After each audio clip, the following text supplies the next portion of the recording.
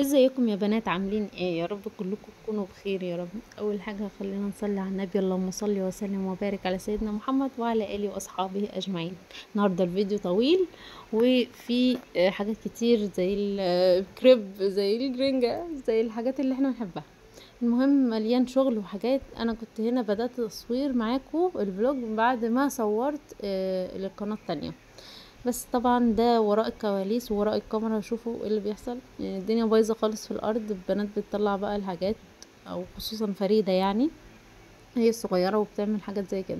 فبتطلع بقى الحاجات اللي في الدرج وترميهم في الارض. طبعا انا ما بتكلمش طالما هي لا هي نفسها عني وانا بصور، ما بقى خلاص هي كده تمام. هخلص بقى واقعد الملم بقى وراها الحاجات اللي بوظتها والحاجات اللي طلعتها، واقعد اطبق من تاني وكده. الحاجات دي يعني بتبقى متطبقه في الدرج، هي بتطلعهم تاني. بس فمش مشكله بقى، المهم انا تسيبني اصور واقول الكلمتين عشان الحق انزلهم. بس فروحت بعد ما خلصت غيرت هدومي ورحت لميت بقى الدنيا هنا. وكان في برضو تراب وعايزه اعمل بالمكنسه زي ما انتم شايفين. فقلت بقى اعمل معاكم الفلوج ده.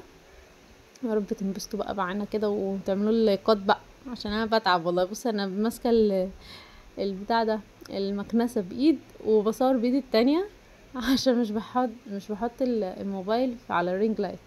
عشان كل ما احطه هقعد بقى اشيله من هنا لهنا لهنا، فهياخد معايا وقت اكتر. فبمسك بايد وبصور بايدي التانية. حتى مش عارفه اتحكم قوي عشان هي بتبقى تقيله على ايدي. المكنسه بتبقى تقيله ماسكه في السجاده جامد، وخصوصا المشايات انتوا عارفين طبعا. المهم بقى ايه، يعني كرموني كده باللايك عشان اتشجع واعمل لكم حاجات زي كده كتير. وايه رايكم في اني بضم اليومين مع بعض؟ ده اول مره اعملها. فقولوا لي بقى ايه رايكم. عامله يومين مع بعض علشان ما يبقاش فيديو صغنون كده محدش بياخد باله منه، لان الفيديو الصغير مش بينتشر اكتر من الفيديو الكبير. فقلت اجرب كده، لو لقيت لايكات كتير يبقى الموضوع ده عجبكم وهعمله تاني. تمام. المهم خلينا نبدأ يومنا. التنظيفات بقى، ودخلت على الأوضة بتاعت أوضة النوم. يعني دي احنا قاعدين واكلين شاربين كل حاجة فيها. يعني الصالة ما بنخشهاش كده غير احنا منعدين وانا بصور. هما بقى بيبهدلوها وقت ما احنا بنقعد فيها، فالوقت ده ببقى انا بصور فيه. فببقى راضية زي ما انا قلت لكم، اللي هو هخلص حاجتي بعد كده هلم الحاجات اللي هما عاملينها وخلاص. اخري بس ايه اكنسها، اعملها، اعمل التراب، حاجات كده بسيطة. بس الهلك كله في الأوضة بتاعت أوضة النوم، لأن أنا كده كده حاطة فيها الشاشة. فقاعدين نتفرج على التلفزيون طول اليوم، شغالة لهم حاجات طول اليوم. الأكل برضو بيبقى هنا برضو. بس فكل الهلك هنا. فرحت مخلصاها ورحت دخلت على البوتاجاز. الفيديو اللي فات قلت لكم البوتاجاز انا سبته ما قدرتش اعمله، كنت بعمل حاجات تانية عشان بلحق انزل يعني في الميعاد. عشان الفيديوهات لازم تنزل في ميعاد معين. فتلاقوني بجري ورا نفسي كده طول اليوم علشان ايه، الحق ميعاد ده والحق ميعاد ده واصور ده ومنتج ده. وكمان معايا اطفال ومعايا برضو مواعيد اكل لازم اعمل لهم في الوقت ده كده يعني، عشان حرام يعني هجوعهم. بس فبعد ما خلصت رحت دخلت بقى على الاكل. النهارده كريب. ايوه العشاق الكريب اين انتم؟ كلنا بنحب الكريب. احنا بقى بنجيبوش من بره، انا بجيبه اللي هو الني، العيش بتاعه يعني الني كده. وبعد كده انا بعمل الشاورما، وبجيب موتزاريلا و اسمه ايه ده، كاتشب ومايونيز. هما دول اللي انا بدخلهم فيه، ما بحطش حاجات تانية. في ناس بقى بتحط مخلل، بتحط بطاطس، في ناس بتعمله بستريبس. انا بصراحة بحب الشاورما فيه بتبقى اطعم، لها صوص كده اطعم من الستريبس. بس فكنت بعمل معاكم بقى الحاجات بتاعت الشاورما. الفلفل الالوان والطماطم، بصل، الفلفل الحراق، الحاجات دي. عايزه اقول لكم احنا كل اكلنا فلفل الوان. والله انت تقريبا 3/4 الاسبوع هتلاقوني بقطع فلفل الوان في الفلوجات. فمش تزهقوش مني يعني.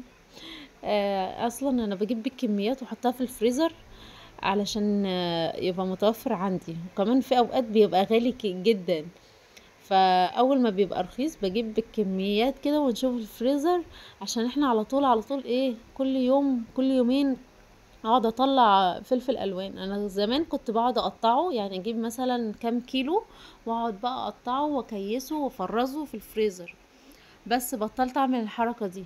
علشان ما عنديش وقت ان انا اقعد اقطع كميات زي كده، وفريدة مش هتسيبني اقعد على الارض مثلا واقعد اعمل كده.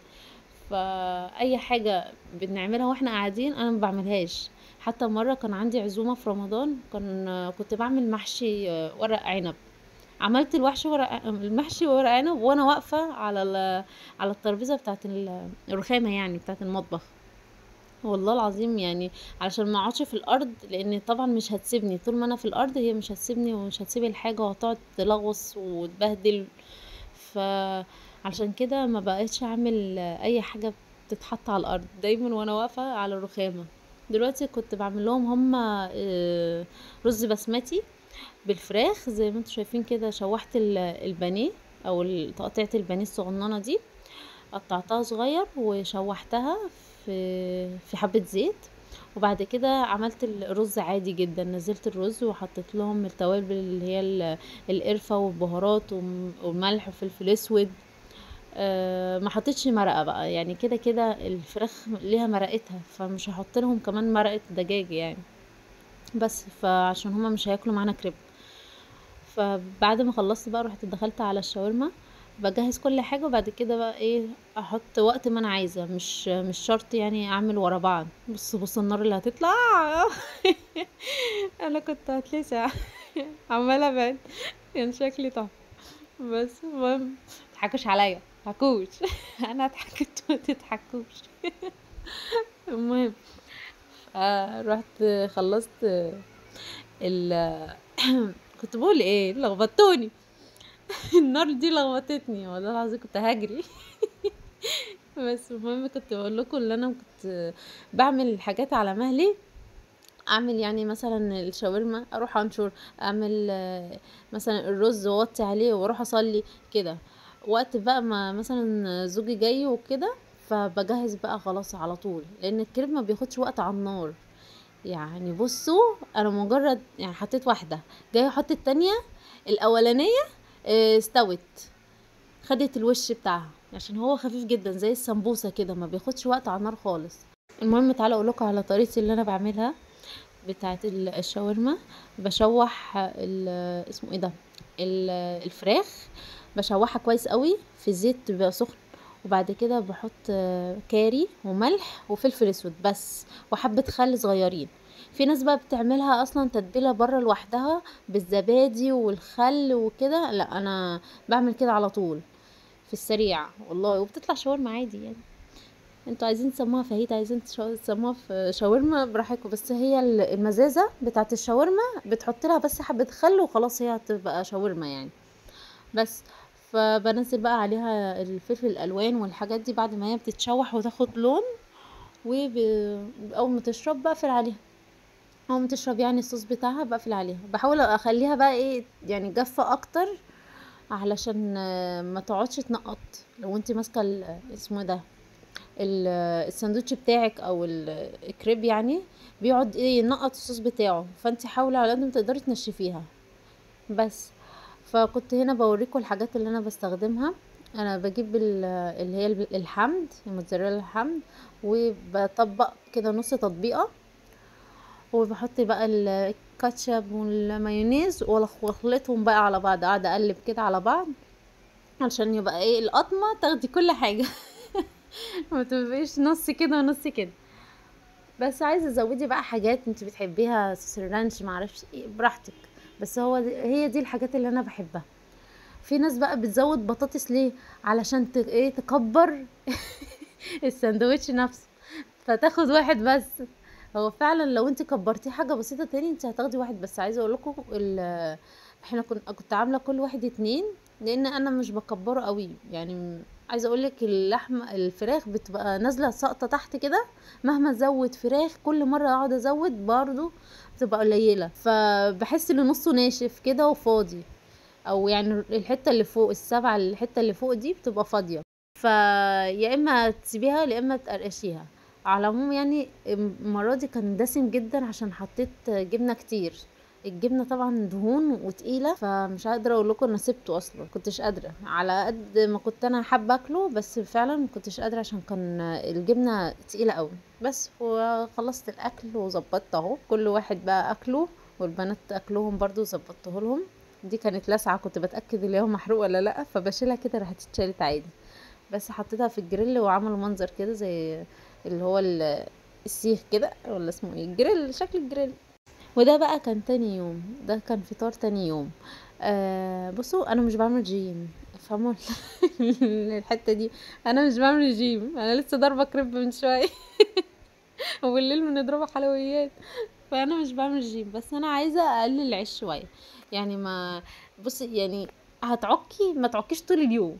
انا بحاول بعمل مع نفسي كده. يعني انا ممكن اكل مثلا فينو، وفي نفس الوقت السكر بتاعي بتاع اللبن نص كوبايه، اسمه نص كوبايه يا لهوي، نص معلقه.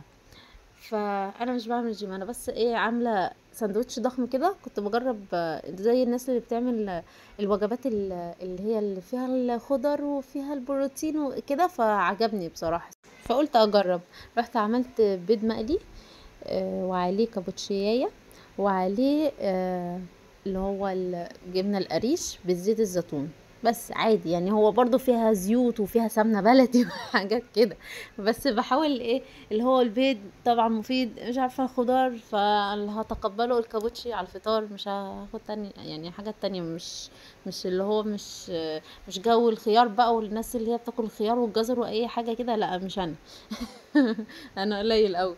ممكن اعملها بس وقت مثلا هعمل بتنجان احط جنبه طماطمايه بحبه خل وكمون وكده. المهم كنت بعمله غسله بالكوتشيات عشان بحب اغسلهم في الغساله. ودخلت على اوضه النوم. بصوا بقى، بصوا اللي في الارض ده موز.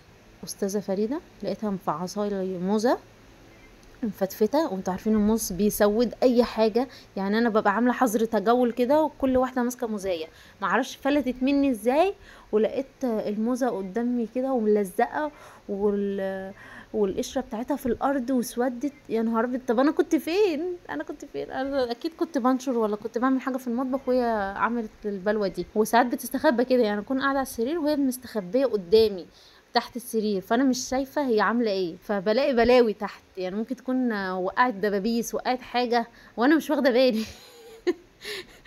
فهي مستخبيه. فالمهم انا اكتشفت البتاعه دي، رحت انا حاولت بقى انضفها، قلت اكنسها الاول واكنس الارض معاها. لقيت نفسي عارفين ايه، طب واعمل ده بالمره، طب وده فيه تراب، طب كده، وقعدت ايه، حاجه في حاجه كده. يعني انا ما كنتش مخططه خالص ان انا اعمل، بس قلت يلا ايه، في تراب هنا اعمله، هنا في ما اعرفش ايه اعمله كده. فواحده واحده. وكمان لما بمسك بصراحه الكاميرا بتشجع، فبقول يلا بينا ايه نعمل فلوج ونعمل حاجات كده في الشقه انا وانتو كده. فقعدت بقى امسح التراب وامسح الازاز وحاجات كده، والمكتبه بتاعت التسريحه، حاجات زي كده بتبقى عليها ترابة ناعمة كده، فقعدت اظبطها وامسحها واشيل التراب. المهم انتوا طمنين عليكم وقولوا لي عيالكم بتعمل فيكوا ايه زي كده. يعني انا بشرح لكم كل حاجه، انتوا كمان اكتبوا لي في التعليقات عيالكم جننينكم زي كده، ولا عيالكم ملاك وانا اللي اللي ربنا رزقني بعيال مجانين. بص بقى، خلصت التسريحه وقعدت بقى اعملها بميه، ما عملتش. رحت لازم بقى ادعكها بفوطه بايدي، يعني التانية الموب ما مشيتش معاها خالص. رحت جبت بقى ميه، ورحت قعدت ادعكها كده بالفوطه الخشنه شويه. الفوطه دي بتبقى مش ناعمه، خشنه شويه. بس فرحت عملت بقى السور السرير. طبعا هما بيبقوا قاعدين هنا وبيبصموا ايديهم، وساعات بيبقوا بياكلوا وبيبصموا برضو كده. بصوا بقى، خرجت لقيت المنظر ده، يعني هعيط، انا هعيط. يعني مش عارفه. خرجت بقى، يعني كانش في حاجه، وما كانش في حاجه. انا بس قلت لهم اطلعوا بره عشان هعمل الاوضه. رحت طلعوا بره بوظوا لي المكان تاني. بس فلما لميت الحاجات اللي وقعوها وخلصت، وقلت لكم يلا هنا لايك بقى وهنا لايك، عشان انا كده خلصت كده وبدي لنفسي لايكات. اللي هو برافو عليكي يا بت، انجزتي. ورحت صليت وقمت بقى عملت الغدا. عايزه اقول لكم الغدا ده كان يعني بعد العشاء تقريبا. اه والله. بس عادي عادي. احنا بنسهر كده كده هنهدم قبل ما ننام. شفتوا بقول لكم ايه؟ انا ما بعملش رجيم، ملناش دعوه الجو ده. انا زي ما بتيجي بتيجي، هناكل النهارده كذا، طب قشطه عادي. ما بحطش في دماغي يعني رجيم وكده. عشان كده حاسه ان انا الفتره دي بتخن وحزنانه حزنانه قوي. يعني كل ما اقول ايه، لا هحترم نفسي، لا مش هاكل سكريات، لا ما اعرفش ايه، ببوظ الدنيا اكتر. ما تعرفوش في ايه، ما تعرفوش يعني. الواحد ما بياخدش قرار في الاكل ده خالص. ما يعرفش ياخد قرار في الاكل. الاكل ينادي خلاص شكرا انا جاي. بس اكيد انتوا زيي يعني، الله انا مش لوحدي. المهم رحت كنت بعمل الرنجة. انا ما بحبش احطها على النار على فكره، وزوجي يقعد يقول لي حطيها على النار اصل فيها ميكروبات. ميكروبات ايه ده، احنا بناكل رنجه يعني، ده رنجه. بس سيبوكوا انتوا بقى، بس سيبوكوا انتوا. الرنجه في مع البصل، مع الليمون، مع الطحينه المشطه، لا حاجه تانية كده بتفصلي، عارفه اللي هو ايه. تعملي ريفرش لمعدتك ولايامك وكل حاجه. وبعد كده ايه، نخوض المعارك بعد كده في اللحوم التانية والفراخ والبانيه، ونرجع للبانيه والمكرونه وكده. بس عارفه اللي هو ايه، بتستوقفي كده مع الزمن. وتاكلي رنجة، تاكلي فسيخ. الشتا جاي ناكل عدس. شوربة العدس دي على فكرة بحبها. المهم خلصت، بص انا برغي في ايه والفيديو شغال وناسيه. المهم خلصت ودخلت نشرت تاني عشان انا كنت عامله غسلتين اليوم ده. عايزه اقول لكم انا افتكرت ان اليونيفورم بتاع ديجا ما اتغسلش. كان يوم السبت على فكره، التصوير ده كان يوم السبت. فالساعه كام، مش عارفه، الساعه 8 تقريبا. كنت بغسل لها غسله يعني، اللي هو اليونيفورم بتاعها. بس فدخلت بقى، كنت بعد ما خلصت عملت البصل، وعملت بطاطس، وعملت الطحينه زي ما انتم شايفين يعني. فانا الطحينه، في ناس ما بتعرفش تعمل الطحينه بتاعه الرنجه. يا جماعه الطحينه بتاعه الرنجه مختلفه، ما بيتحطلهاش ملح. تحط لها مثلا حبه شطه، حبه كمون، ليمون، خل، اي حاجه فيها مزازه زي كده. وتحط لها حبه ميه او زيت. في ناس بتعملها بزيت وفي ناس بتعملها بميه. وتقلبي قلبي وخلاص. بس ما بتحطلهاش ملح خالص، عشان في ناس بتنسى وتحط ملح. انا من الناس اللي ما كنتش اعرف اللي هي من غير ملح. لولا مره قلت لماما يا ماما، هي انا حاسه ان الطحينه مختلفه بعد ما اتجوزت. فقالت لي ايوه بتبقى من غير ملح، حطي كذا كذا بس من غير ملح. قلت لها فعلا صح، عشان كده بتبقى مختلفه عن باقي الطحينه اللي احنا بناكلها. وبس كده، ده نهايه فيديو النهارده. يا رب يا رب تعملوا لايك واشتراك وتكونوا حبيتوني كده. اشوفكم في فيديو جديد، سلام.